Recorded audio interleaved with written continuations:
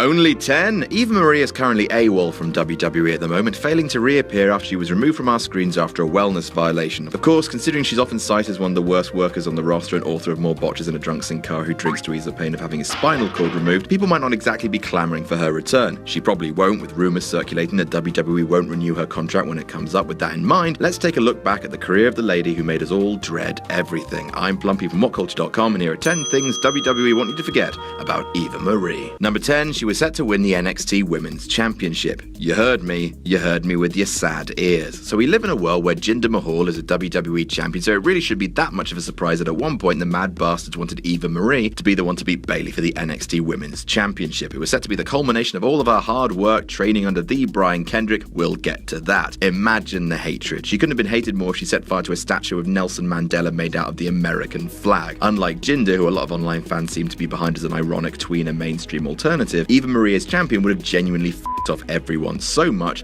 it almost would have been worth doing.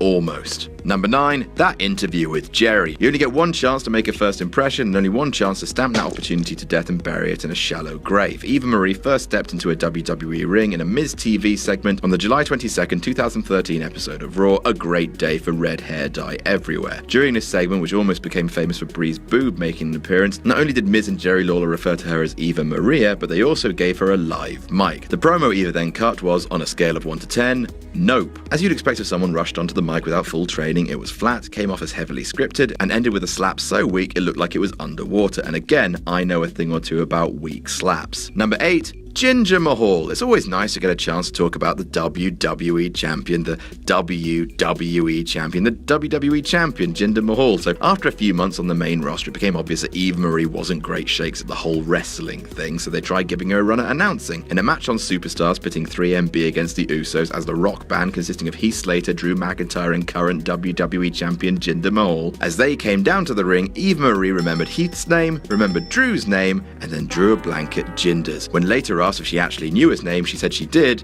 It was Jinder Mahal. So close. It's unclear whether the whole thing was a work for Total Divas or whether she's just a bit shit.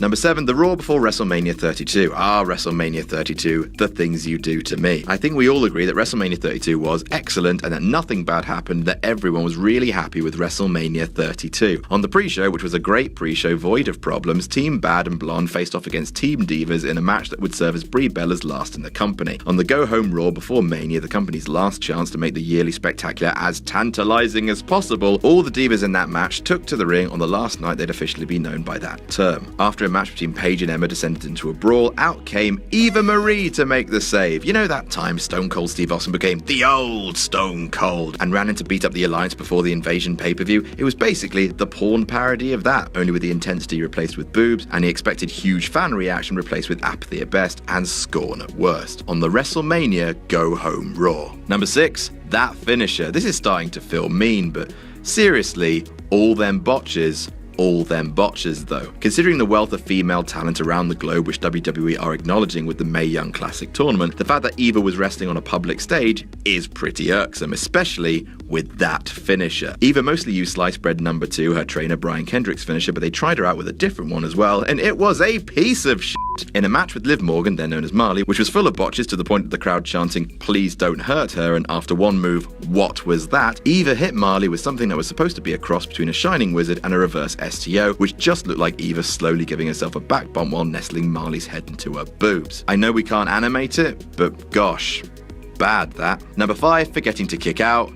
Dem botches though. So next up on the cavalcade of hell known as Eva Marie's in-ring career was another moment from NXT, showcase of the finest indie talent in the world. In an already tepidly received match against Billie Kay, the soon-to-be iconic Aussie nailed Eva Marie with a devastating move known in modern parlance as a lateral press for going for a pin. The ref counted to 1, then 2, then realising that either Eva Marie had died, fallen asleep, or forgotten to kick out, stopped his own count to howls of derision from the hardcore NXT fans. Look, creative can only book you not to lose. The rest really is up to you. Number 4, the redemption failed. So all of this brings us to the reason that Eva was in NXT in the first place, which was supposed to be the redemption of Eva Marie. For 2 years, Eva had been used for precisely the reason she'd been hired as a reality TV star. Not knocking that, it's a living. Then in 2015, WWE started her on an odyssey to actually become a wrestler. wrestler, teaming her with the Brian Kendrick, an excellent wrestler and chum to Daniel Bryan. While it cannot be disputed that Eva did improve a tiny bit, in the same way that 2 slices of bread on top of each other is better than no sandwich at all, she didn't improve nearly enough to complete the planned storyline of her lifting the NXT Championship. Number 3, injuring Carmella. Case in point. WWE is strongly of the belief that putting the belt on someone who isn't very good to piss off the fans is fine. Here's a picture of Jinder Mahal for no reason, but those troll lols get a bit sour when that person actually starts injuring her co-workers. In October 2015, Eva Marie was wrestling Carmella at a house show when a routine spot went wrong. The Princess of Staten Island was draped over the ring apron and all red everything gave her a kick to the all head everything. Unfortunately, Eva gave it a bit too much welly, leaving Carmella all dead everything with a bugger of a concussion, and the match had to be stopped. That's the sort of thing that takes the push of an anti-superstar from funny to actually this is dangerous. At least Jinder Mahal never concussed anybody,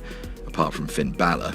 In April. Number 2, the wellness violation. Eva Marie hasn't been seen since August last year when she was removed from TV entirely after a violation of WWE's wellness policy was made public. A 30-day suspension turned into 60, into 100, and now Eva Marie has racked up over 9 months on the bench. More egregious than the suspension itself, which WWE never really likes to brag about anyway, was Eva's partner's reaction. Eva Marie's husband posted on Twitter, "When the public finds out why my wife was unjustly suspended, they will be absolutely outraged. Official statement and facts coming soon." This statement was quickly deleted. The facts did not come soon. In actuality, Eva's suspension coincided with a lot of people's, all who protested that the substance they were taking was prescribed and that the whole thing was an admin issue. But no further info came to light, and if WWE want you to forget suspensions, they definitely want you to forget their suspension system might be broken. And number 1, the experiment almost worked. If the rumours are true and WWE is waiting it out until Eva Marie's contract is up, then perhaps the most annoying fact of all is that after 3 years, the experiment actually might have almost worked. WWE started to introduce Eva Marie with a comedically grandiose introductory voiceover before stopping her from wrestling. Sure, the fans still booed, but suddenly there was a concept actively at work. WWE seemed to be on the same side as the fans. For once, they were steering into the abject rejection of Eva as a wrestling personality, and with genuine heel heat, not the ironic greatest WWE champ of all time, better than Lesnar ironic heat that Jinder's got, then they actually had a workable, nay valuable storytelling commodity on their hands, which for one reason or another,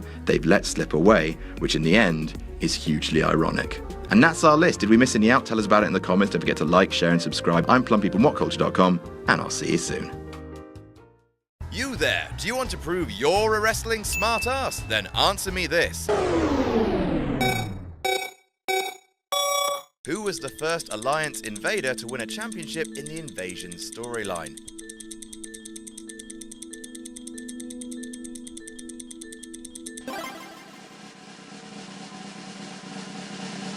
Mike Awesome, it was the Hardcore Championship. Did you get it? I don't care. To test yourself and whatever friends you might have, buy the new What Culture Wrestling trivia game available at shop.whatculture.com.